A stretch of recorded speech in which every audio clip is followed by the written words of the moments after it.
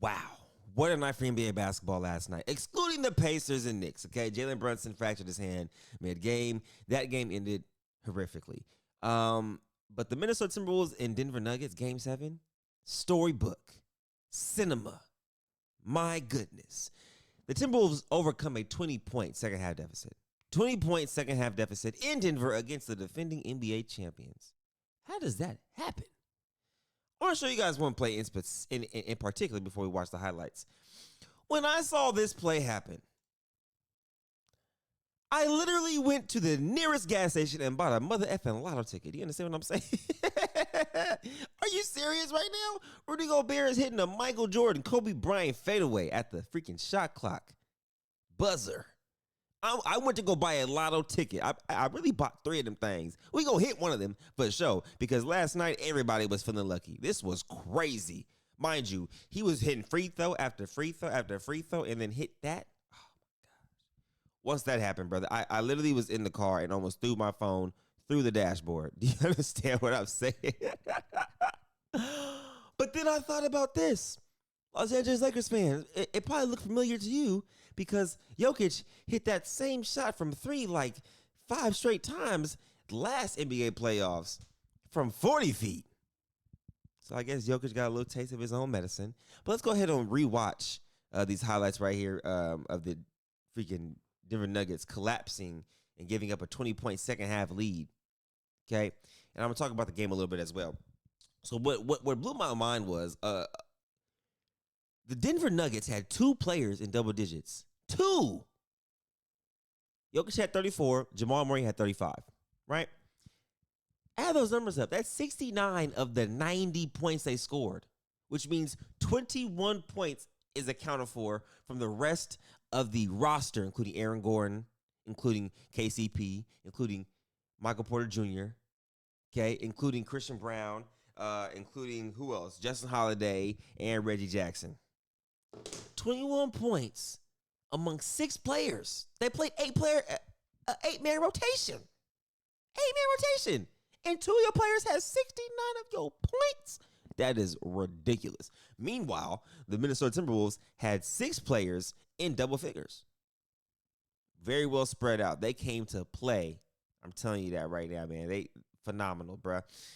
So look at the score here. It said 53. All right, look at the score here. Look at the score. 50. Ooh, let me fast forward real quick. It was 53 to 59 on the last time, right? It was 58 to 38. So that means they went on a 15-1 run at that point in time. And like they're literally just walking them down. So when the second half started, me and my wife left our family's house to get a head start back home. I said, man, this game's over. I tuned back in 7 minutes, right? I was like, oh, shoot, I forgot the game's still on. Duh. I tuned back in at this very exact moment when Anthony Edwards dunked the ball. I said, what the fuck just happened? They down 4 points? Are you shitting on me? I just don't know how a championship team does this. And there was a soundbite of Anthony Edwards saying after the game that he had Jamal Murray in handcuffs. Granted, Jamal Murray had a game-high 35 points. But I'm thinking he's talking about in the fourth quarter, in the pivotal fourth quarter, Anthony Edwards had huge stops on Jamal Murray, including that one right there. Anthony Edwards was 2 for 10 from the three-point line. Didn't play good at all. It didn't play great. He played solid. But 2 for 10 from the free-throw line, didn't shoot the best. But his teammates, that's what a team is for. They came to play. Naz Reid, by the way, game MVP. Him and Rudy Gobert, bro, they deserve their flowers. Naz Reid came in off the bench when Cat had 5 fouls. Played phenomenal defense on Jokic. I believe he had 1 or 2 blocks on Jokic in the fourth quarter in crunch time. I've never seen that in my life. Naz Reid came in there and gave them big buckets, big minutes, big defensive stops. Now, Nikola Jokic, man, he had 19 boards, by the way. I mean, my gosh, he was a freaking defensive monster. But this is the thing about Denver that really, it didn't shock me as much because we saw it in the Los Angeles Lakers series that they're susceptible to losing games and being down by a lot. So them giving up this lead wasn't as surprising the more I think about it, because I'm thinking about it this way. The Timberwolves were actually built to beat the Nuggets. Fully built to beat the Nuggets. And the Nuggets, they can't make mistakes against a team like this who has a defensive wing set like them. The Los Angeles Lakers, they're going to play a lot of iso ball. They're not going to play too much team ball, you know what I'm saying? So the law averages will weigh out with them by the fourth quarter. Remember, through the fourth quarter, you know what I'm saying? So that's what the Denver Nuggets really did. They'd be down 15, 20, 17. But they knew by the fourth quarter, the Lakers' play style wasn't going to withhold, you know what I'm saying, the way that the Denver Nuggets play. So, like this right here, phenomenal big shot. Game over. Game over. Talk that talk, A. Talk that talk, Ed, man. Talk that talk, Ed, man. Talk that talk. But, yeah, I think the Denver Nuggets is playing with their food too much, man. You know, you're up 20 against a team like this. Can't let that happen. Can't let that happen right there. Like, look at this. Look at this. You need this stop right here, by the way. I'm going to show you the stop. Let me run it back. You're down 5. You actually cut to 5 points. This right here cannot happen. Okay, Jamal Murray, no man's land, watching.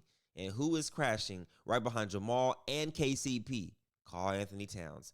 One of them got to pick up Cat and put a body on him, because there's no way there's 4 of you guys in the paint and Karl Anthony Towns just runs past both of you guys. He missed the layup. You guys get the rebound. You can cut the game to a 1-possession game where you don't have to foul. That is a mental lapse. You have to know that. You have to know that. And more so it's on KCP because that's his man. You got to see ball. Once ball goes up, touch and go. Karl Anthony Towns came straight in, clear path, didn't even get touched. Unacceptable. Unacceptable. That was your stop that you needed right there. And then the freaking Timberwolves send the Denver Nuggets home on their home floor in Game 7. Wow. What a night. What a night.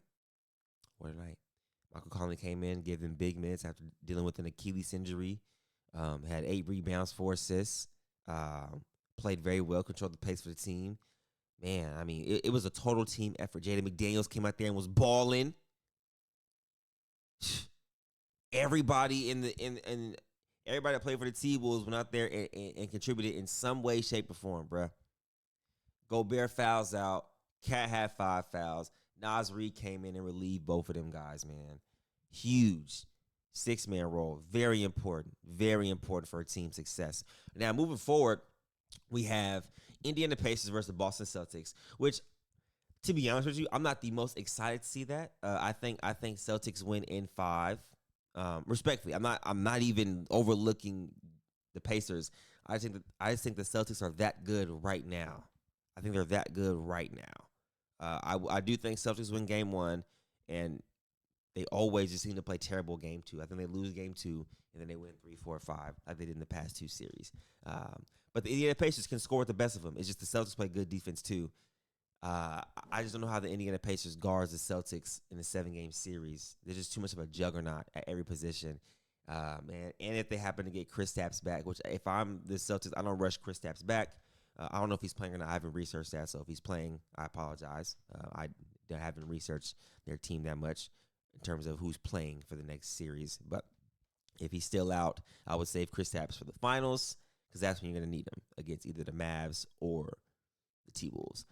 Now, the Mavs and T-Wolves series can be really interesting. The T-Wolves won the season series, I believe, 3-1.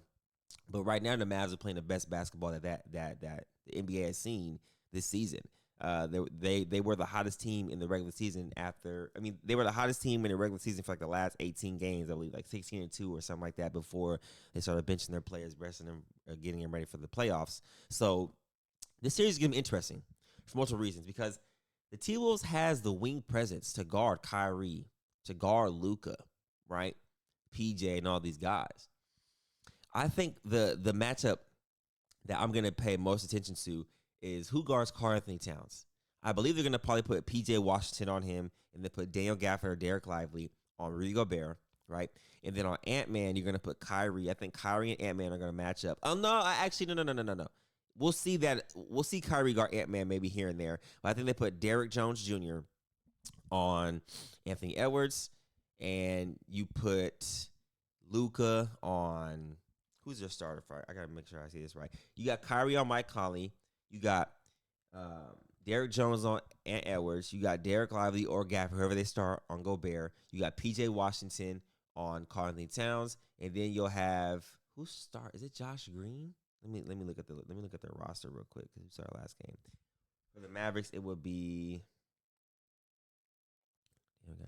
Oh no, they started Luka, Kyrie, Dale Gafford, PJ Washington, Derek Jones Jr. So who am I missing? Oh, I'm missing Luka. Luka will probably guard Jaden McDaniels.